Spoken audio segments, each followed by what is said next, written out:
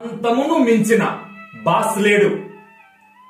శాంతాకారం అహంకారం కంటే కోటి రెట్లు బలమైన బాస్. మై డియర్ బాస్, నీ జీవితం నీ ఆత్మ వైభవాన్ని గుర్తించినప్పుడే నీవు ప్రపంచానికే బాస్ అవుతావు. ఈ ప్రపంచంలో బుద్ధుడు ఒక బాస్, రాముడు ఒక బాస్, కృష్ణుడు ఒక బాస్. కానీ నీ హృదయంలో అందరికంటే పెద్ద బాస్ ఒకడున్నాడు. ఈశ్వర సర్వభూతానాం హృదయేర్జున తిష్టతి బ్రాహ్మయన్ సర్వభూతాని యంత్రారూఢాని మాయయా.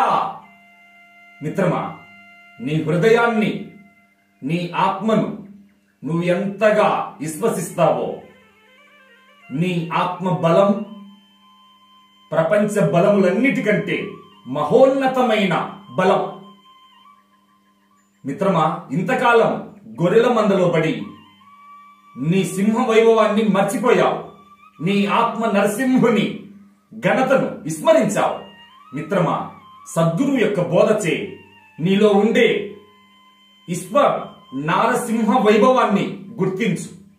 నీ జన్మ ధన్యమై వర్ధిల్లుతుంది. సకల దుఃఖములకు పరమౌషధం శాంతం ఒక్కటి.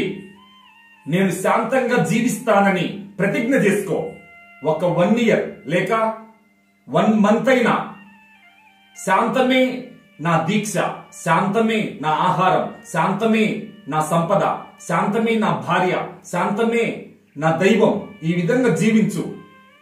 నీ జీవన విధానంలో మార్పు రాకుంటే నన్ను కట్టివేసి కొట్టుకో. ఓం స్వస్తి.